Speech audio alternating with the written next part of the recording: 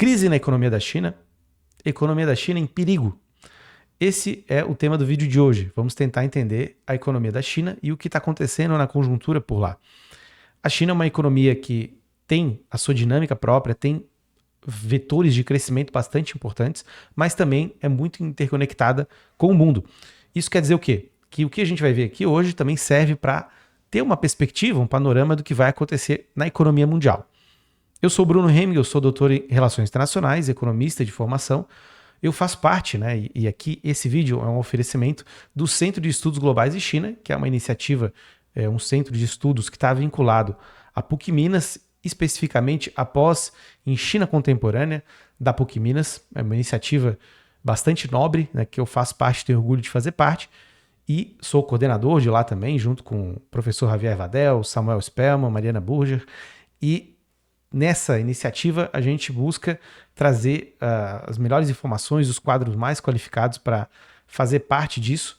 E uma análise da economia da China faz parte também desse esforço, né, de todas as questões que envolvem a China contemporânea, tudo que tem a ver com o que a gente pode explorar sobre o entendimento desse país que cresceu tanto nos últimos tempos e tem uma cultura tão rica. Hoje, o esforço é mais focalizado, claro, vamos falar da economia da China, dos últimos dados que saíram, dos últimos períodos da economia da China, para tentar entender o que pode acontecer tanto no futuro do mundo quanto da dinâmica econômica interna da China. Bom, vocês vão ver aqui alguns dados que eu trouxe, né? Eu fiz um compilado de algumas informações, de alguns dados, para a gente ter um entendimento melhor sobre o PIB, sobre algumas variáveis macroeconômicas e sobre setores, né? No finalzinho ali tem o setor imobiliário, né, o real estate market da China, que sempre está em voga, né, e principalmente agora com a informação que foi ontem, né, que a Evergrande, que teve envolvida, né, em um esquema ali de endividamento em moeda estrangeira, ela fez um pedido, né, de falência nos Estados Unidos, né, e isso envolve ativos na ordem de 31 bilhões de dólares, e isso gera um sinal de alerta bastante importante para investidores do mundo inteiro, para investimentos na China no setor imobiliário, que passa por algumas dificuldades. Mas a gente vai ver tudo isso aqui porque o setor imobiliário puxou o crescimento da China por muito tempo e o crescimento da China é o primeiro tópico que a gente vai olhar aqui com mais atenção. Então, eu vou mostrar uns dados aqui, é uma apresentação, é como se fosse uma aula, né? Vocês vão ter um gostinho do que é ter aula em China contemporânea lá na PUC, mas o objetivo nem é esse. As informações todas que eu passo aqui, elas não estão de forma organizada como no curso, mas elas são feitas para todo mundo ter um entendimento melhor, né, e público do que é a China e um entendimento vindo de quem é especializado no tema. Caso eu fiz o meu doutorado no sistema financeiro chinês, na moeda chinesa, na internacionalização da moeda chinesa, então eu tenho alguma familiaridade com os temas que eu vou falar aqui.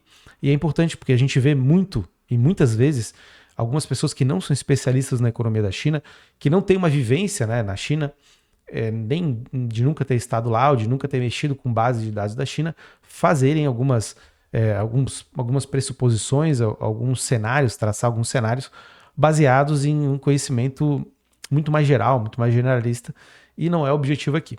Bom, sem mais delongas, né, vamos aos dados aqui da China. O que eu quero mostrar para vocês, e aqui vai ser, vou ficar pequenininho aqui no canto, mas mostrando os gráficos aqui. A gente tem esse dado aqui, do PIB chinês em trimestres, né? O que a gente vê aqui, né, nos últimos 3 anos, né, essa é uma série mais curtinha para a gente ver a conjuntura, né? É uma tendência de decrescimento, né, que teve um rebound aqui depois no segundo semestre de 2022, em função das mudanças de lockdowns, né, que foram gradativas, mas foram ocorrendo principalmente em outubro para frente de 2022. Isso, né, dito, né, desde lá, a China ela tem essa tendência de decrescimento, né, que a gente consegue ver aqui, porque, de fato, né, o mundo tem decrescido bastante, né, até essa bolinha vermelha aqui, vocês podem ver, e a China não é diferente. O que a gente vê aqui, ó, é que de um crescimento de 3,2 lá no final de 2022, no início de 2023, isso decresceu, né, ao longo desse ano para 0,8 agora. Vale lembrar que o crescimento da China está projetado ainda para ser de 5% esse ano, o que para muitos países seria uma coisa maravilhosa. Para a China é algo bastante inusitado, porque ela teve aí há algum tempo atrás, olhando uma década e meia, de 2015 para trás, praticamente um crescimento de 9 a 10% ao ano na média. Então é uma coisa absurdamente grande, e um crescimento de 5% não é algo que o mundo está acostumado a ver a China a ter. Mas é o que está acontecendo agora. Aqui, ó, eu trago um dado do JP Morgan, que mostra a composição do PIB, a gente olhando a formação bruta de capital fixo, nessa barrinha mais preta, né, mais escura, o consumo em azul e o fluxo de exportação líquido em verdinho. Então, vê que o papel das exportações ele diminuiu bastante aí no ano de 2023. A gente pode ver aqui, basicamente, tem uma diminuição bastante acentuada, né? E a formação bruta de capital ela manteve os últimos trimestres, mas muito baixa ainda, um consumo que puxa bastante e ele tem diminuído. Os últimos dados de consumo da China, eles não estão aqui nessa apresentação, mas se você olha no site da JP Morgan Asset, eles vão mostrar exatamente que o consumo ele tem perdido um pouquinho de gás, né? O gás significativo nos últimos tempos, e isso impacta nessa projeção de crescimento mais baixa. Bom, e um dado que eu queria chamar a atenção é a balança de pagamentos da China, né? Balance of Payment em trimestres, numa anotação aí de 100 milhões. E é muito interessante a gente ver que a parte, né, de conta de capitais e conta financeira, né, que é esse vermelhinho aqui, ela diminuiu bastante de importância, ela caiu bastante. Isso significa basicamente que há uma saída líquida de capital externo, né, por parte de não residentes da China. A conta, né, corrente, né, ela tem ainda demonstrado alguma perseverança, né, como a gente vai ver aqui. Eu vou destacar nessa bolinha vermelha, porque uma tem que sobrepor, uma tem que contrapor a outra, na verdade, né? O saldo ainda é positivo, né? E tende, né? Isso é o que eu chamo a atenção aqui, tende a melhorar esse saldo na medida em que houve, nos últimos tempos, uma desvalorização do renminbi frente ao dólar, né? Agora, tem um desempenho ruim, a conta corrente da China. Se a gente olha aqui para esse último período, é ruim, mas isso também está dentro de um pequeno ciclo de negócios que a gente vê aqui, que tá posto, né? Mas o que mais chama atenção é essa saída de capital por não residentes. Isso tem a ver, na minha visão, com o clima de negócios no mundo como um todo, não necessariamente na China. Não vejo isso como uma falta de confiança do mercado estrangeiro na China ou dos investidores internacionais, mas o que me chama atenção é como isso aqui está parecido com um período da crise de 2008. E aqui vale um grande ponto de interrogação ou exclamação, né, para a gente prestar atenção no que está acontecendo. O mercado do setor imobiliário dos Estados Unidos ele também passa por um problema forte agora, isso sendo reflexo de uma desaceleração do crescimento nos Estados Unidos, que apesar de estar projetando um crescimento do PIB de praticamente 3% para 2023, eu não acredito que vá chegar nisso. A economia dos Estados Unidos ela passa por problemas, ainda tem um efeito da guerra entre Rússia e Ucrânia. Isso a gente verifica, né, na questão inflacionária. Ela não cedeu da forma como o Fed imaginava, e isso vai, obviamente, impactar nos dados econômicos dos Estados Unidos e vai impactar no crescimento. Não quer dizer que vai ter uma crise mundial tal qual houve em 2008, né? Mas é interessante ver esse movimento do fluxo de capitais ocorrendo a olhos vistos e com uma similaridade tão grande, né, de 2023 olhando para 2008, como isso está vívido, né, e como os padrões eles estão se repetindo. Vale a gente ficar atento a isso. Eu acho que essa é a grande informação, essa é a grande questão, é ficar atento, a gente ficar olhando o que vai acontecer para entender que vai se formar em termos de perspectivas de crescimento econômico para as economias desenvolvidas do mundo inteiro. Mas a China passa, sim, por uma questão aqui na balança de pagamentos, em que ela teve um decrescimento nos últimos períodos, mas não necessariamente isso vai se perpetuar. Agora há um decrescimento econômico com problemas no comércio, mas pode se reverter no médio prazo. E aqui, destacando a conta financeira, né? Daí eu faço esse enfoque, né, para a gente perceber como o padrão ele é parecido de 2008, né? A gente olhar de 2008, 2009, 2022, 2023, tem esse efeito, né? Tem essa similaridade, que é, novamente, né, os residentes retirando dinheiro da China para fazer investimentos em outros locais, né? E aqui cabe destacar, e essa curva ela vem aqui de 2022, né, praticamente, né, com muito destaque nessa queda, e tem a ver com a política do Fed, né? A saída de capital na China significa também a possibilidade de que esse capital esteja indo para ativos de segurança, como é o título do Tesouro dos Estados Unidos. Bom, e aqui, para a gente entender, né, o que está sendo colocado com bastante força na mídia, é a questão da deflação na China. Ou seja, não é simplesmente a diminuição da inflação, mas a possibilidade de que os preços estejam caindo. E por que a deflação é ruim?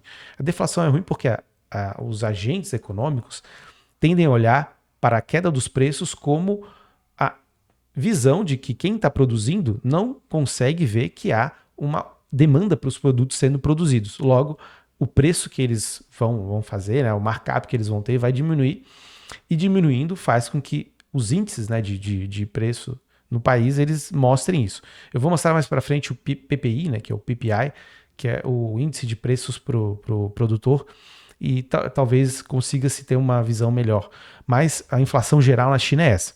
Eu coloco aqui a inflação geral em azul e a de imóveis, né, para a gente ver que no final aqui, né, dessa curva, há um cruzamento entre os dois, né?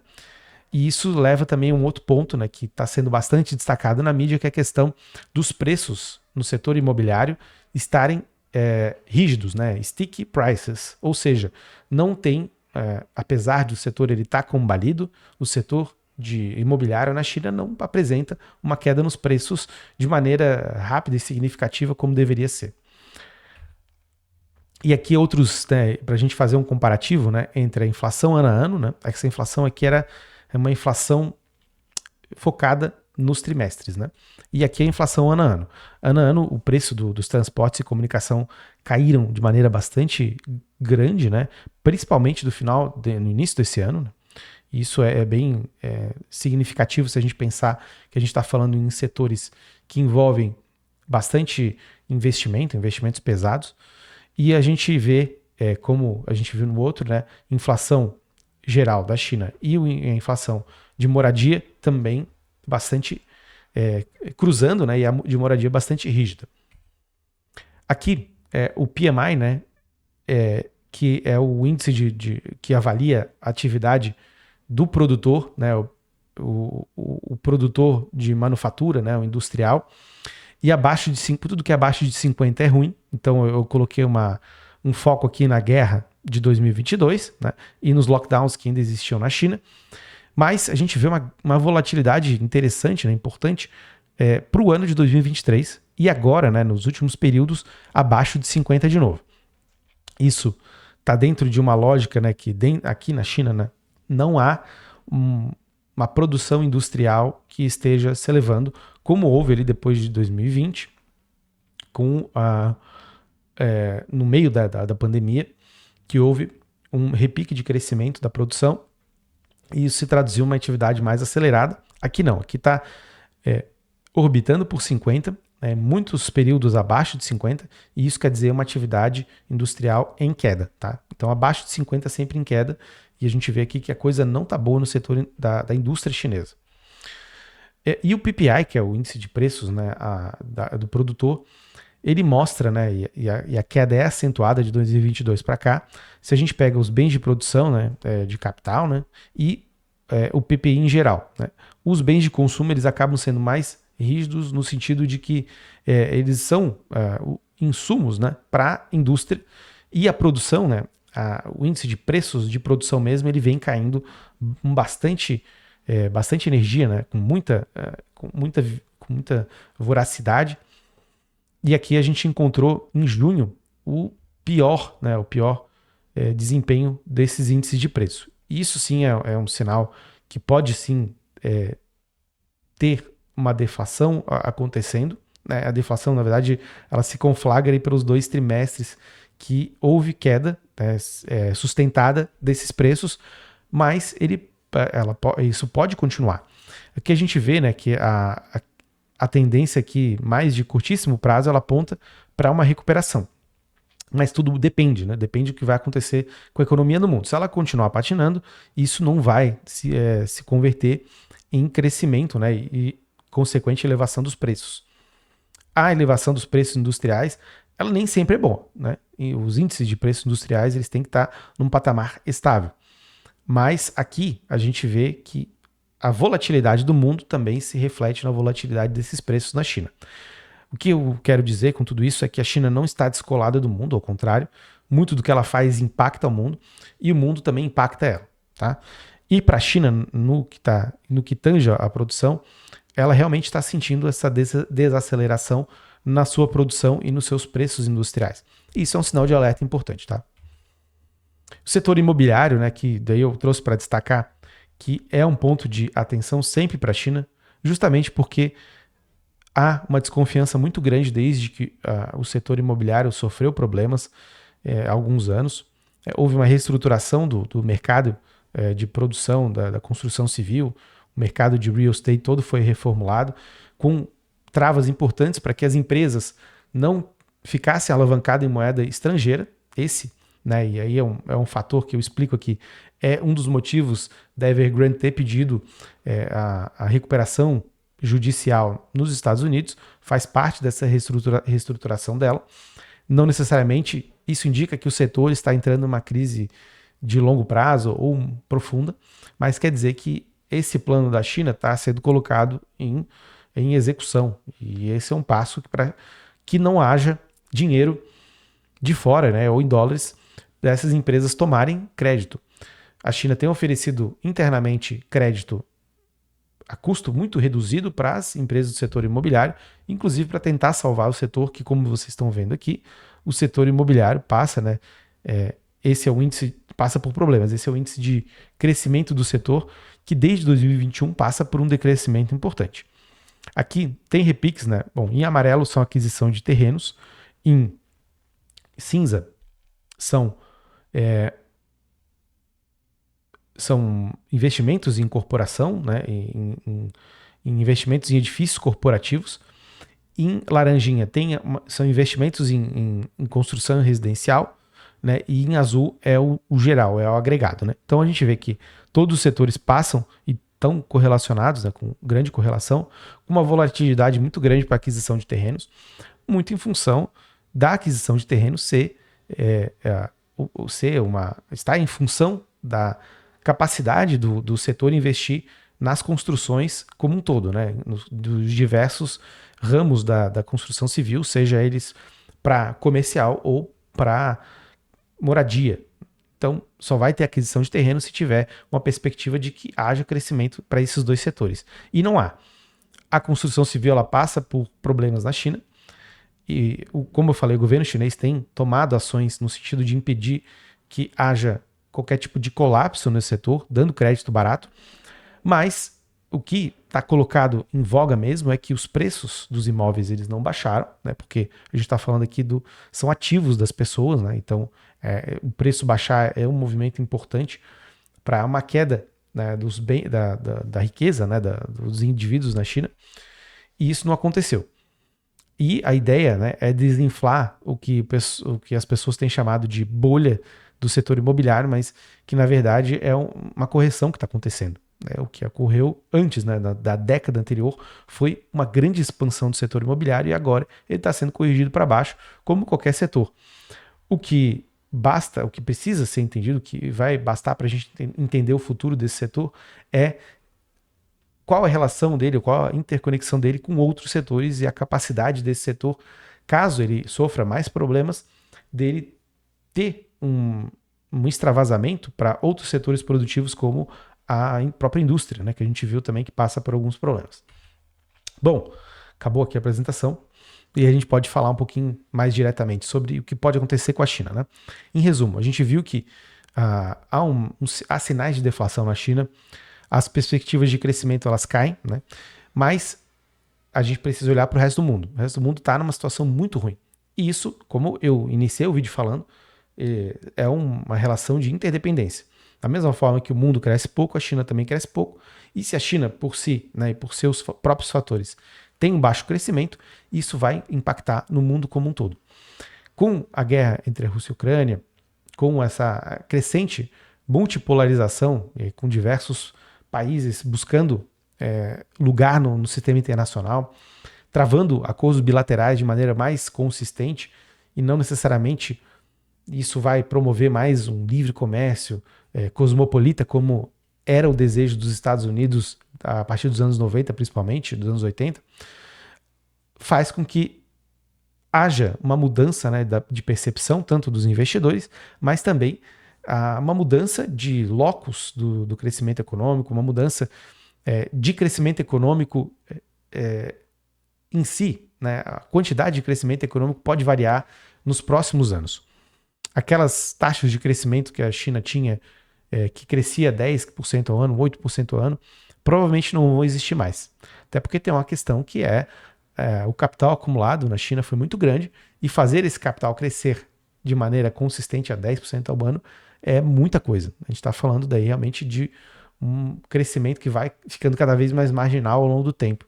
Sem contar que, como o mundo está com problemas econômicos, a China também vai ter dificuldade, já que ela é uma plataforma de produção para diversas empresas dos países desenvolvidos no mundo inteiro, ela vai sofrer com isso também. Inevitavelmente, ela vai sofrer. Não há um esforço pelos países da Europa, ou mesmo pelos Estados Unidos, de promover um crescimento industrial com bases em uma consequente, né, ou uma conjunta expansão do comércio mais livre entre os países. Ao contrário, o que está acontecendo é uma fragmentação muito grande.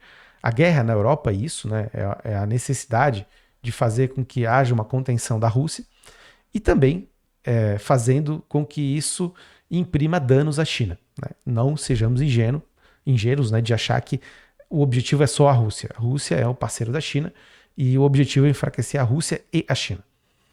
É nesse cenário complexo que a gente vive, é o entendimento dessas coisas que a gente precisa ter. E como a gente viu, a economia da China, ela realmente tem algumas questões, mas aqui eu destaco 2 pontos principais. O primeiro é justamente a questão da desvalorização do renminbi, que pode ser um ponto aí para uma próxima conversa sobre a economia da China, mas que está colocada como uma oportunidade também para a China retomar uma competitividade internacional e reverter, ou pelo menos fazer com que a tendência da conta corrente da China seja colocada numa reversão, que agora é de decrescimento, e volte a crescer, consequentemente. Em relação aos investimentos estrangeiros, né, ou a conta financeira da China, que tem mostrado recorrentes resultados negativos, eu realmente faço esse destaque de que isso historicamente está muito ligado a crises, né? E não são crises na China, são crises ali mundiais, globais.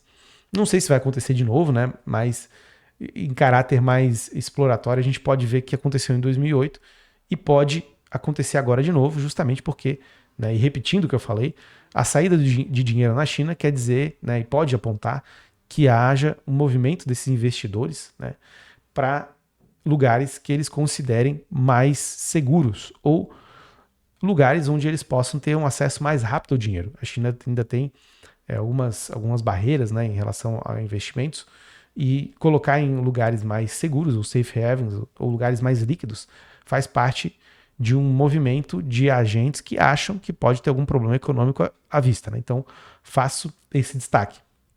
E o outro é em relação à possibilidade de uma deflação mais consistente na China, mais persistente. Creio que isso vai se dar muito em função do desempenho das outras economias do mundo, mas é uma possibilidade. Isso não necessariamente deve ser totalmente responsabilidade ou responsabilizável para a China, né? Eu acho que isso tem muito mais a ver com o ambiente econômico do mundo, e pode se reverter também. Agora o que a gente está vendo é, de fato, um decrescimento, né, do índice de produção industrial e do índice de preços industriais na China, né, o que como estou falando aqui, uma deflação. Mas é isso, a gente vai continuar atento, né, e observando o que vai acontecer na China, os próximos movimentos da economia chinesa, para poder trazer aqui mais apresentações, mais aulas, né, da economia chinesa, como foi essa daqui. Foi rapidinha, né, mas deu para a gente ter uma noção do que está acontecendo por lá. Bom, ficamos por aqui. Um grandíssimo abraço a todos e tchau.